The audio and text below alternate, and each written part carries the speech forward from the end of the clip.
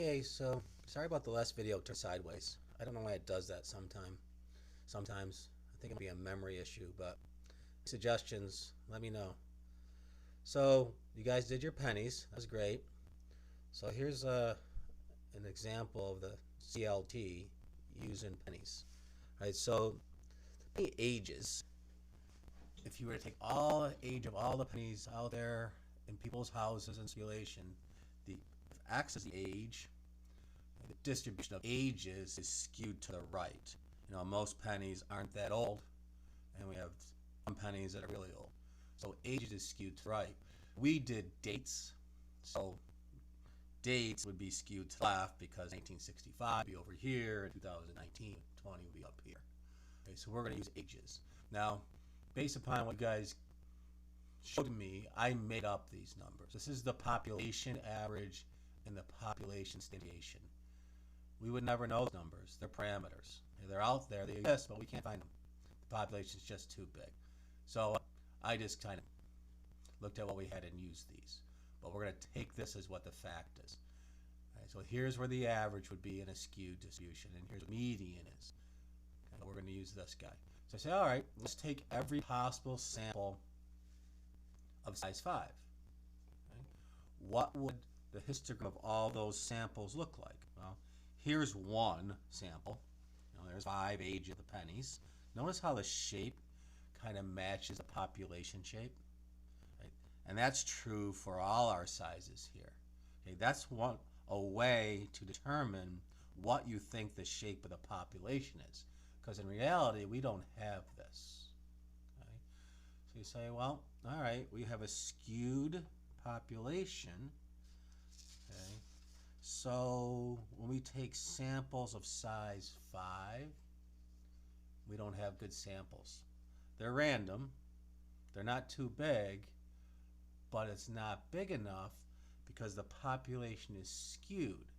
So if we took all the possible averages from samples of size 5 and made a histogram, okay, we can't be guaranteed that histogram is going to have the shape we want. We can't guarantee that it's going to be approximately normal. Right? So we can't do anything. Now if you go to size 30, it's random. It's way less than 10% of all the pennies that are out there in the world. And the sample is big enough to overcome this skew. Okay? So you say, all right, let's move forward and take every single possible sample of size 30, find all their sample averages.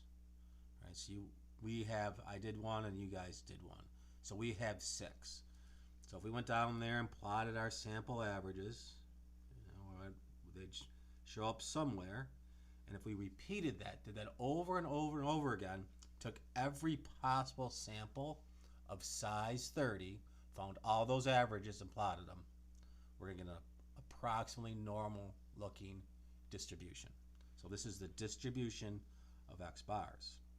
The average of all these sample averages is the population average, and that was given to us.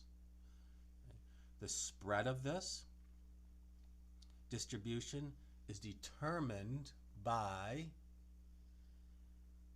the sample size.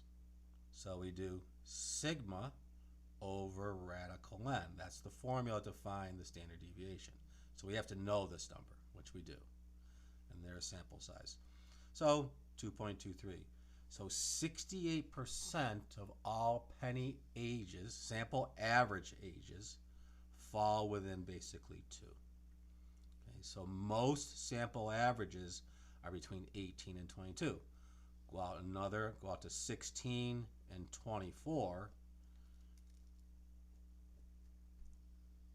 95% of all sample averages fall between 16 and 24.